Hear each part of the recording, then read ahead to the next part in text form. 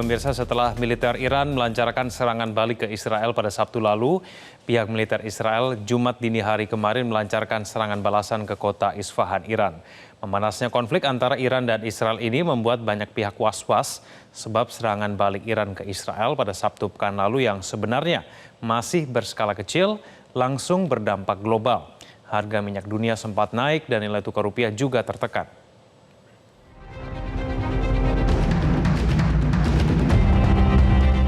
Militer Israel Jumat dini hari kemarin dilaporkan melakukan serangan ke Iran.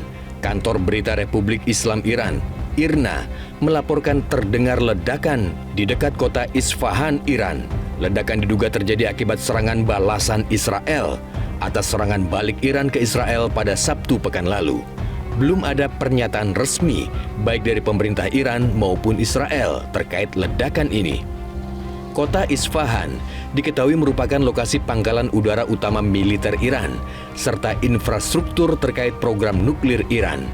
Akibat serangan Israel ini, sejumlah maskapai penerbangan yang berbasis di Dubai mulai mengalihkan rute di sekitar Iran Barat.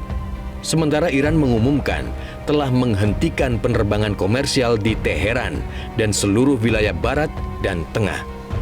Sebelumnya, Sabtu malam 13 April lalu, Iran meluncurkan sedikitnya 185 drone, 36 rudal jelajah, dan 110 rudal surface to surface dengan target pangkalan militer Israel. Serangan ini dimaksudkan sebagai balasan atas serangkaian serangan militer Israel terhadap kedutaan besar Iran di Damaskus, Suriah. Israel tercatat beberapa kali menyerang kedubes Iran di Suriah dan tercatat selalu menelan korban tewas. Pada 25 Desember 2023 misalnya, serangan Israel menewaskan seorang jenderal senior Garda Revolusi Islam Iran. Israel kembali menyerang kedutaan besar Iran di Suriah pada 20 Januari 2024 dan menewaskan 4 perwira Garda Revolusi Islam Iran dan sejumlah warga sipil. Terakhir, militer Israel menyerang konsulat Iran di Suriah pada 1 April 2024 lalu. Serangan ini menewaskan 16 orang, termasuk 2 jenderal Iran.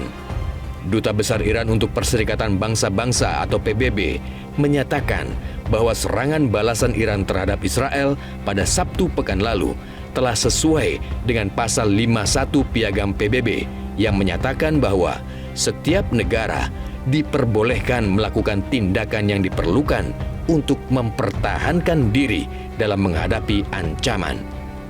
Sejumlah pengamat menilai serangan balasan Iran terhadap Israel adalah sah sebagaimana diatur oleh PBB.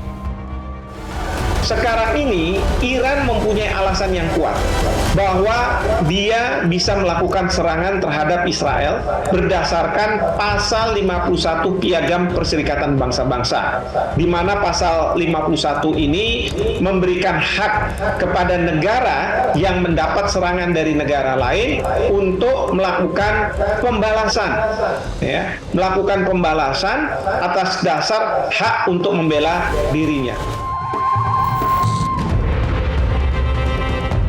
Konflik Israel dan Iran ini diperkirakan akan berdampak pada ekonomi global. Ekonom senior Mari Elka Pangestu menyebut diantaranya gejolak harga minyak dan harga komoditas serta nilai tukar rupiah. Harga minyak akan meningkat bila mana terjadi eskalasi. Nah, untuk Indonesia apa pengaruhnya? Rantai pasok melalui Suez Canal akan mengalami kegangguan, sehingga ini ada gangguan terhadap import kita, apakah itu minyak, gandum maupun produk dari Eropa yang lainnya.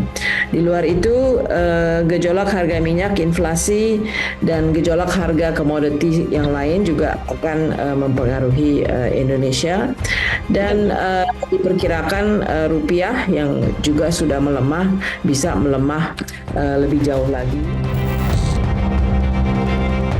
Rupiah memang langsung tertekan.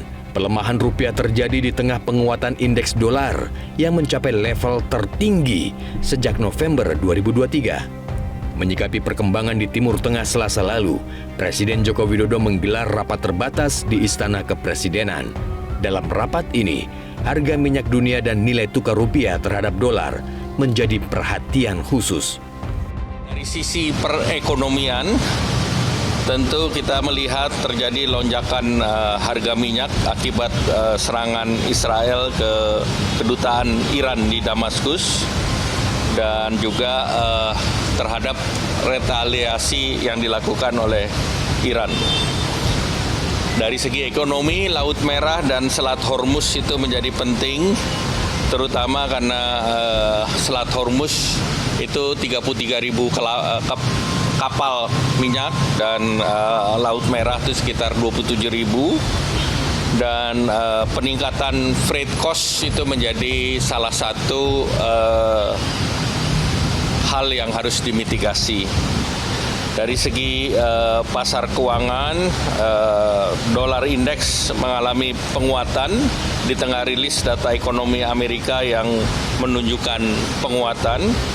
Kemudian eskalasi tentu meningkatkan ketidakpastian. Presiden tadi dua, yaitu tolong terus lakukan upaya diplomatik agar pihak-pihak terkait menahan diri dan dapat dihindari terjadinya eskalasi. Karena eskalasi tidak akan membawa manfaat bagi siapapun. Jadi sekarang masing-masing pihak, teman-teman, sudah mulai menghitung. Jika terjadi eskalasi, maka dampaknya seperti apa terhadap masing-masing negara. Baik harga minyak, harga kebutuhan yang lain, maupun nilai tukar dolar dan sebagainya dan sebagainya. Sementara itu, juru bicara Kementerian Luar Negeri Iran, Nasser Kanaani menyatakan pihaknya tidak bermaksud memperburuk ketegangan regional. Iran menyatakan patuh pada prinsip hukum internasional dan piagam PBB. ایران به دنبال تشدید تنش در منطقه نیست. جمهوری اسلامی ایران ضمن تاکید مجدد بر پایبندی خود به اصول و اهداف منشور ملل متحد. Sejauh ini, ketegangan global yang terjadi di Timur Tengah menyusul konflik Iran-Israel sudah mulai terasa dampak ekonominya, termasuk terhadap Indonesia. Nilai tukar rupiah terhadap dolar Amerika menunjukkan tren melemah dan harga minyak mentah juga sempat